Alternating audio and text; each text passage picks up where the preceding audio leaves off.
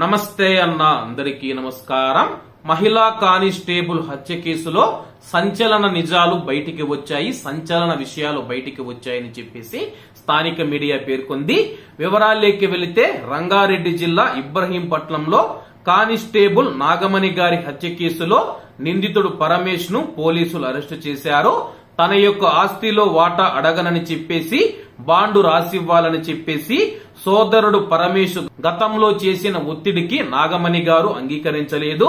దీనికి తోడు తన పెళ్లి రద్దవ్వడం మరొక కారణం. అలాగే నాగమణి గారు కులాంతర వివాహం చేసుకోవడం, పొలం వివాదం ఉండడంతో అమ్మాయి తరపు వారు పెళ్లి రద్దు చేసుకున్నారు. దీంతో అక్కపైన కక్ష పెంచుకున్న పరమేశ్ మనం చూసుకుంటే ఆమెను మాటు వేసి హతమార్చడం జరిగింది.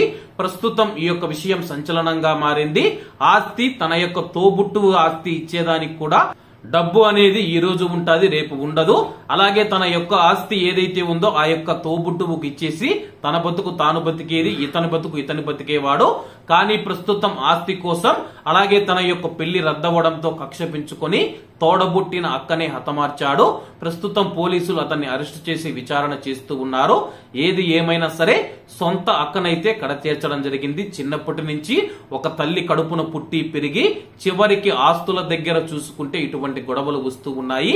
ఏది ఏమైనా సరే త్యాగభావంతో నా తమ్ముడే కదా, నా అక్కే కదా అని చెప్పేసి ఆ యొక్క ఆస్తులు ఇచ్చివేస్తే పర్వాలేదు, కానీ ఇటువంటి ఆస్తుల దగ్గర కక్షలు పెంచుకొని ప్రాణాలు తీయడం చాలా అన్యాయం, చాలా ఘోరమని చెప్పేసి చాలా మంది కామెంట్లు చేస్తూ ఉన్నారు. అందరూ బాగుండాలి, అందులో మనం ఉండాలి. అందరికీ నమస్తే అన్న, జై హింద్.